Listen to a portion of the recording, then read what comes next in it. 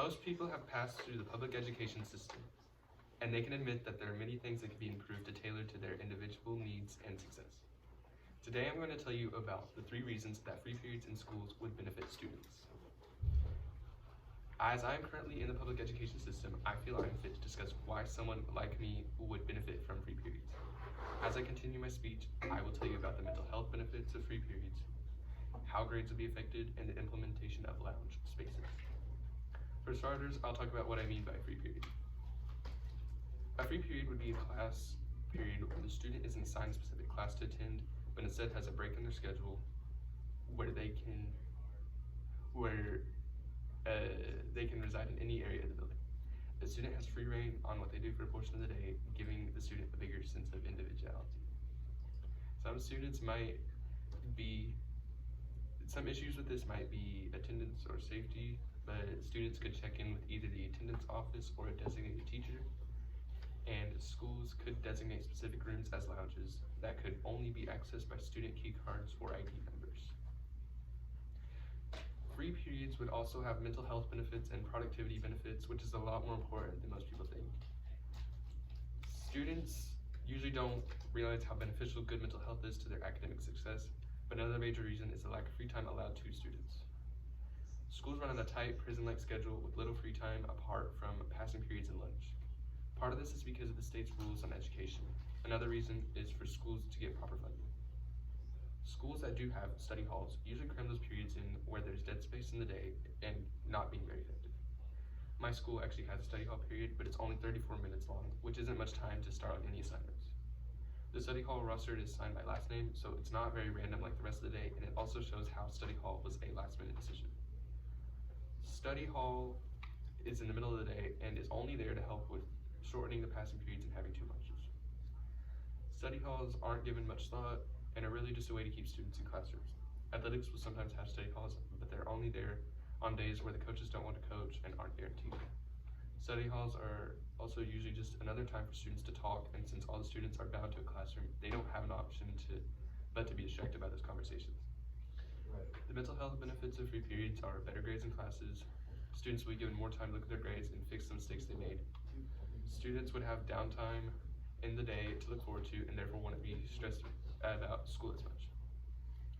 More free time to relax and reduce the chance of mental burnout. A free period could be used for students to scroll on their phones or take naps. Students would be much more on top of their stuff and wouldn't have as much stress and lack of motivation with time to recover. There would also be more time to socialize with friends. Students could choose when in the day they have their free period and match it up with their friends. Students could see friends that they otherwise wouldn't have any classes together. Less students in classrooms provide easier scheduling and filling of classes, as well as more extracurricular availability. At my school, students with lower grades sometimes don't get to take the elective classes they want since there isn't enough room in those classes. Students that opt to have a free period would free up spaces in those extracurricular activities, and students that weren't able to get into elective classes they wanted could instead choose a free period class and wouldn't get stuck in a class they didn't want to take. Students in a free period would also free up spaces in regular classes since they aren't bound to one time in the day, and would free up those classes too. Less students would be failing, so there'd be less from higher grades retaking a course. Students would have a free period at a certain time of the day, and they wouldn't have to be in the classroom, and therefore would free up space for other students. They could also use this time to improve their mental health. Students could opt in for meditation resources and be able to slow the thought trains down. Students would be out of the stressful classroom environment and instead in a more relaxed, inviting environment. Next, I'll talk about how free periods would affect students' grades. Most students have so many core classes crammed into their schedule that they don't have much time to do their work in school. This causes them to resort to elective classes to do their work, and then they fall behind in those classes. Students also do their work, they didn't finish in other classes, then the work from that class in another. This causes them to not be able to use the designated class period for its intended purpose. The scholar will then either fall behind in the class or not properly retain the material. I have personally fallen victim to this, especially this school year, as I have 5 core classes and only 1 elective class that I actually like. Studies show 89% of students who have free periods excel in their classes, as well as having significantly lower stress levels than those without.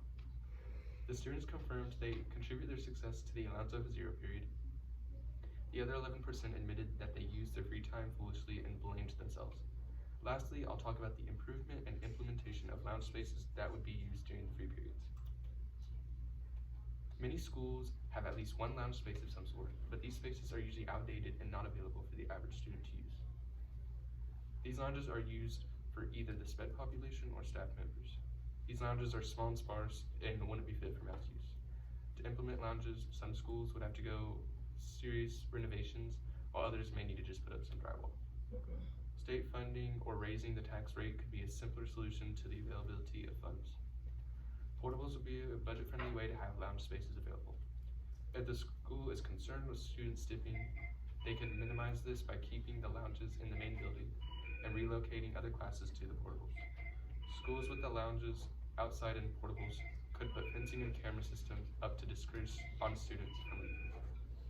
Another lounge option could be courtyards, which would allow students to go outside and be surrounded by plants that are beneficial to their health. Students could work with the plants during the free period, and the courtyards would make the school building look better and better maintained. To conclude, I spoke about the reasons that free periods in schools would benefit students. I told you about the mental health benefits of free periods, how grades will be affected, and the implementation of lounge spaces. I hope that you take something away from this speech and consider the benefits of free periods in public education. Yay, Bryce.